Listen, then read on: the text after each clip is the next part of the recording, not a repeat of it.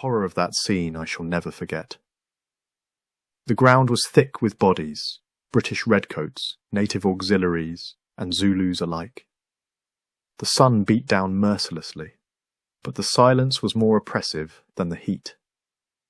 I had been sent to help recover wagons and supplies, and as we rode toward the camp, a dreadful stillness hung over the plain.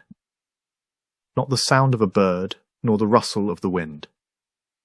Just silence and death. The camp had been completely overrun. Tents were slashed open, wagons burned or looted. The dead lay in terrible positions, some mutilated, some clutching their rifles, others clearly caught fleeing. I saw one man with his hands still around his bayonet, buried in the chest of a Zulu. What was most terrible were the faces, locked in expressions of fear, defiance, or confusion. The 24th Regiment had fought to the last. Their bodies formed clusters around their final stands. The colour sergeant had died with the Queen's colours beside him, now stained with blood and dust. We found Lieutenant Melville's horse dead near the river and later discovered his body, with that of Lieutenant Coghill, not far from it. They had tried to save the colours and paid with their lives. Vultures circled overhead. Wild dogs crept about the outskirts, waiting to feed.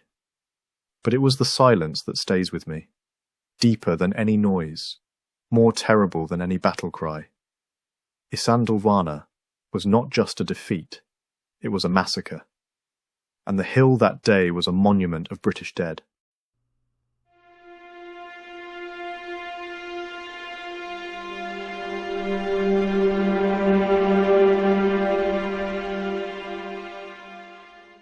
We came upon the battlefield in the fading light of evening. From the rise we could see the plain, littered with red dots, unnaturally still.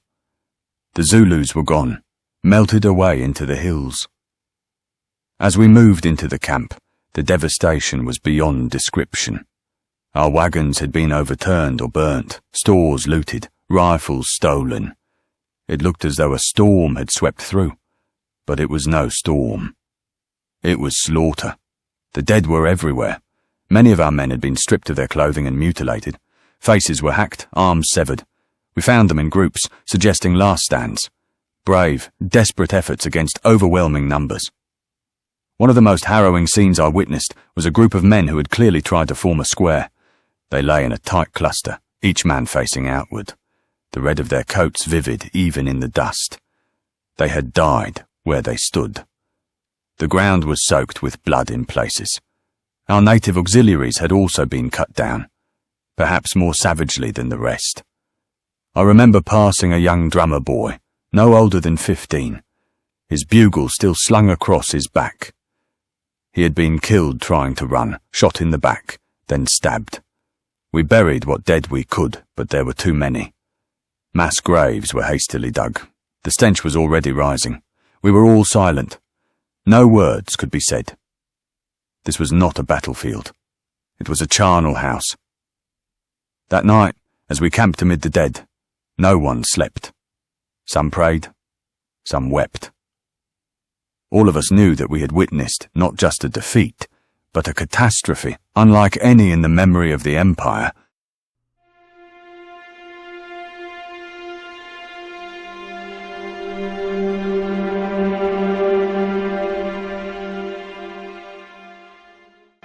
When the sun stood high and the last of the red soldiers had fallen, we stood among the dead. The air was thick with dust and the cries of the wounded. Blood ran into the dry soil. We had lost many of our own. Brave warriors lay beside the English they had killed. But it was our victory. The spirits had given us strength. The camp was full of spoils. We took rifles, ammunition, food. We did not know how to use the white man's guns well, but we carried them anyway. The men stripped the bodies for blankets and clothes. Some warriors smeared themselves with red clay and blood. It was our way of marking triumph. Others sang, some ululated, but many were quiet, tired. I walked among the corpses. I saw a British officer with his sword still in his hand, his face calm, as if asleep. Another had been shot in the chest, but died kneeling. We gave mercy to none. That was our law in war. There were wounded men who tried to rise. Some we speared, others we left. The sun would finish them. I saw boys among the dead, drummers, messengers. They had fought as men. They died as men. We did not remain long. The horns of the buffalo had closed, and the king's command was to move on. But before we left, we called upon our ancestors. The ground was thick with the dead. So many, too many. Isandlwana was a great victory, yes. But even we did not expect so many to fall. The field was quiet now. No birds sang, only flies. I remember the silence. Even our warriors, who had fought bravely and shouted with pride, by evening they walked away in silence.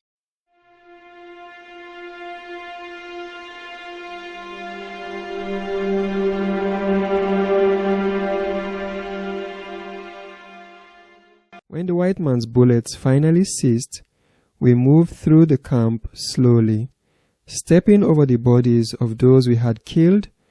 Some still breathed, but not for long. We did not show mercy. That is not our way in war. The day had been long, and the sun was hot. We were tired. Some of us had no sandals, and our feet were torn by the rocks. But we had won. We had broken the British line. We had done what the king commanded.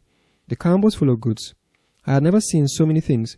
Tents, iron pots, blankets, strange foods in tins. We took what we could carry.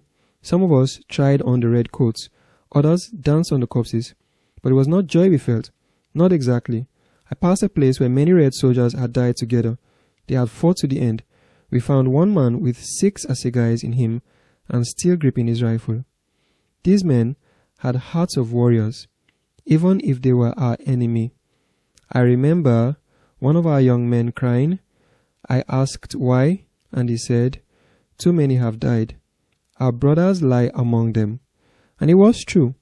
Many Zulu warriors had fallen, and their blood soaked the same soil. As we moved away, I looked back at the mountain. Isandlwana stood tall, silent, watching. The birds did not sing. The air was heavy. The ground had drunk deep. That night, around our fires, we did not sing as we usually do after battle. There were no war chants, just silence and the crackle of flames.